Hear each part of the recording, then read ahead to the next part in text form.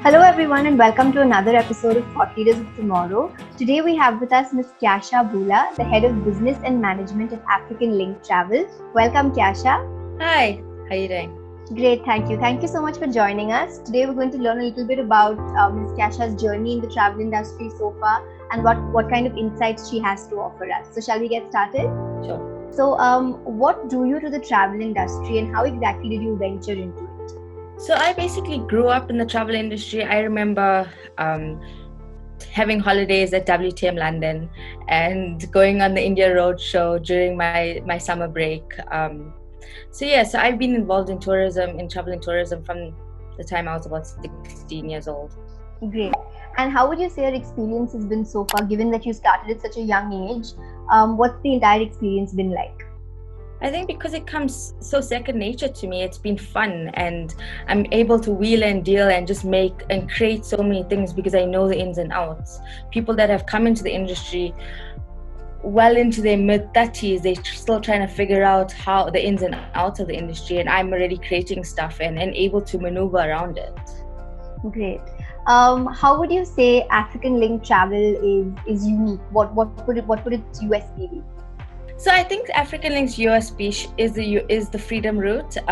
We've concentrated mainly on the freedom fighters of South Africa, which is Nelson Mandela, Mahatma Gandhi, and we've depicted their different journeys throughout South Africa.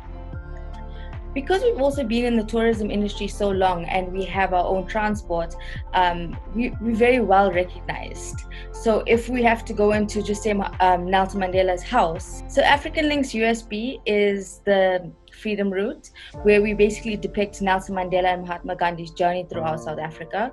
So Kyasha, since you've been in the industry from such a young age and you've achieved so much in such a short span of time, how do you think young travel leaders like yourself can bring about a change in the industry? I think they will change in terms of the digital space, different innovation they will bring in, and also because the young professional will be the first to travel post-COVID, they'll relate more to the traveler in terms of remote experiences and just the different experiences that a young professional would appeal to. In this, you spoke about the digital age. How do you think travel agents are actually able to keep up with millennials and their their needs for travel are constantly changing? So how do you think travel agents are able to keep up with that? I think they definitely need to upskill themselves in terms of different platforms available, online, offline rates, more collaboration with their different partners, different experiences. Like one would have the Airbnb experiences. They need to start getting in touch with their local experiences like that. Right. Okay. And also, I feel that travel companies, especially in Africa, need to be more online, more digital, where instead of people coming into their agencies, their product and their offerings will be available online. Mm-hmm.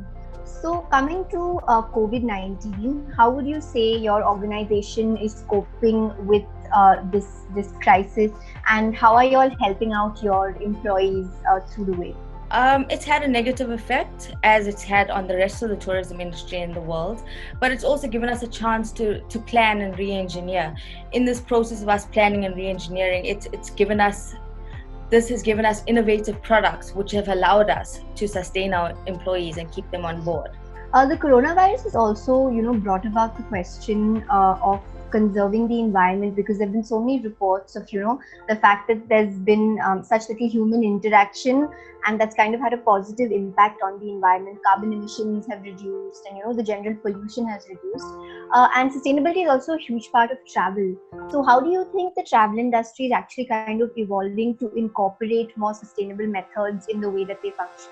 Yes, I think I see a lot of companies in South Africa growing their personal brand, where they're incorporating a lot of local restaurants, local tour guides, local activities. And that will help to increase sustainability in the environment. And also, everyone has joined fair trade tourism, which vouchers towards fair trade, where everything is green and everything has been endorsed by the organization. And as we go post-COVID, people are going to look for healthier requirements where each activity has been endorsed and they are different, have been applied to the World Health regulations.